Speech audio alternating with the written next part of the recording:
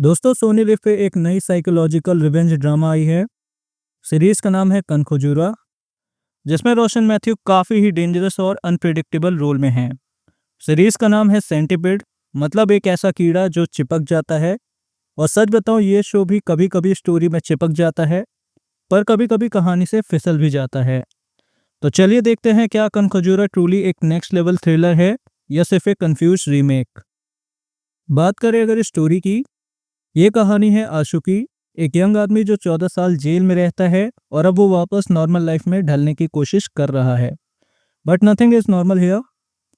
आशु के जेस्चर से लेकर उसके एक्सप्रेशन तक सब कुछ अजीब है। कभी वो इनोसेंट लगता है, कभी साइकोपैथ। उसका भाई मैक्स एक बड़ा रियल एस्टेट बिल्डर है और आशु को अपनी लाइफ में वापस एक्सेप्ट नहीं करना चाहता। और यहीं से रिवेंज और रिडेम्पशन का ट्विस्टेड गेम स्टार्ट होता है। धीरे धीरे पता चलता है कि आशु ने वो क्राइम एक्सेप्ट किया था जो शायद उसने किया ही ना हो, और मैक्स उसके दोस्त पेड्रो और शादुल ने उससे बलि का बकरा बनाया था। मगर कनखजुरा सिर्फ बदला नहीं है, ये बिलोंगिंग का भी स्ट्रगल है। एक ऐसे इंसान का जो चाहता है कि उसे फाइनली अपना माना जाए, पर वो प्यार दिखाने के लिए पूरा घर ही जला देता है। बात करें अगर एक्टिंग और परफॉर्मेंस की, तो Roshan Mathew is the heart and soul of the series. Ashu का रोल इतना कॉम्प्लेक्स और अनप्रेडिक्टेबल है कि लगता ही नहीं है कि कोई और एक्टर इसे पुल ऑफ कर पाता। कभी वो एक बेचारा भाई लगता है, कभी मैनिपुलेटिव मास्टरमाइंड। एक सीन में वो मैकरेना डांस करता है एक ट्रांस पार्टी में, दूसरे में वो किसी को सुसाइड के लिए मेंटली पुश करता है। हर एक्शन के पीछे कंफ्यूजन है, क्या वो रियल में बदला ले रहा है या सिर्फ अपना स्पेस मांग रहा है। सपोर्टिंग कास्ट भी स्ट्रांग है। मोहित रैना एक रिस्ट्रेंड परफॉर्मेंस देते हैं। सारा जैन डियाज ने निशा के रोल में एम्पैथी दिखाई है, और त्रिनेत्र हलदार गुमाराजू ने आइमी के रोल में एक डेलिकेट वल्नरेबिलिटी और स्ट्रेंथ दोनों का ब्लेंड दिया है।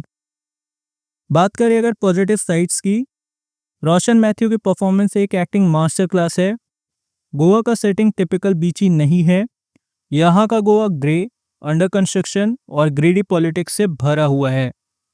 Themes of guilt, belonging, queer acceptance and family betrayal बहुत ही लेयर्ड तरीके से हैंडल की गई हैं। बात करें अगर नेगेटिव साइड्स की, सीरीज का टोन इनकंसिस्टेंट है। कभी साइकोलॉजिकल थ्रिलर, कभी रिवेंज ड्रामा और कभी इमोशनल फैमिली सागा।